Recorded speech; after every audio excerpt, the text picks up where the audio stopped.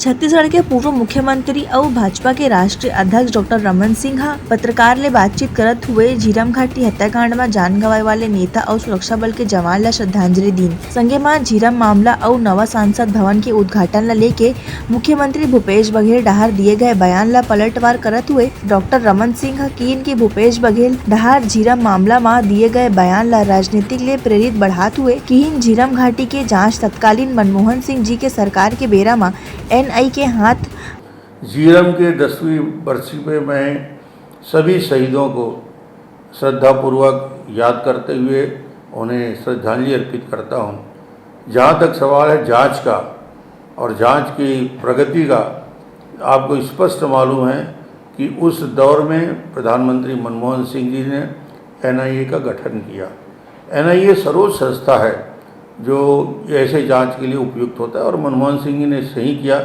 उन्होंने 15 पृष्ठ के जांच रिपोर्ट भी पेश किया, चार्जशीट भी 2014 में दाखिल किया।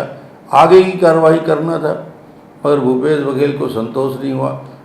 उस जांच को आगे बढ़ाने के लिए हमने प्रशांत मिश्रा की अध्यक्षता में एक जांच कमेटी बनाई। उनका भी रिपोर्ट गवर्नर के पास प्रस्तुत किया मगर भूपेश बघेल ने 2 सदस्यीय फिर समिति का गठन किया जिसमें जस्टिस सतीश अग्निहोत्री की अध्यक्षता में बनाया।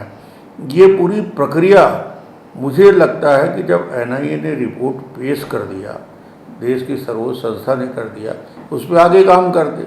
मगर इनको रिपोर्ट से मतलब नहीं है, कार्रवाई से मतलब नहीं है, इसमें सिर्फ राजनीति करने से उनको मतलब है। कांग्रेस सरकार ला भारत के बढ़त विकास और गौरव देखे नहीं जाते, जेकर बर शुभ अवसर में अड़चन डालना उमन के काम हो गए है। विधानसभा भवन ला लेके भूपेश बघेल ला निशाना साधत हुए की कांग्रेस के दोहरी मानसिकता के उदाहरण है कि अटल नगर में निर्मित हुआ नवा विधानसभा भवन के भूमि पूजन हुए रही से तब प्रदेश के तत्कालीन राज्यपाल घलोक आदिवासी समुदाय के सुश्री अनुसुईया उइके रही से ओबेरा में राज्यपाल के हाथों ले भूमि पूजन के जगह मुख्यमंत्री भूपेश बघेल दिल्ली ले राहुल गांधी और सोनिया गांधी ला बुलवा के नवा विधानसभा के भूमि पूजन करवाए रही से। यहाँ तक कि शिलान्यास के पत्थर में आदिवासी समुदाय के अनुसुईया उइके के नाम अंकित तक नहीं रही से। एक कांग्रेस के दोहरी मानसिकता और ओची राजनीति के प्रतीक है। आत्मनिर्भरता के दौर पे तेजी से आगे बढ़ रहे इस देश का गौरव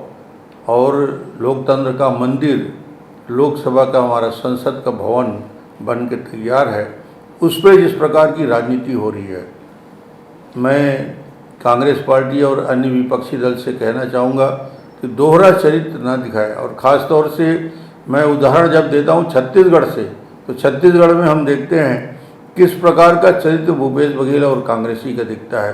सोनिया गांधी को बुलाया, राहुल गांधी को बुलाया, भूपेश बघेल खुद थे और सबकी उपस्थिति में छत्तीसगढ़ के विधानसभा का उन्होंने भूमि पूजन किया।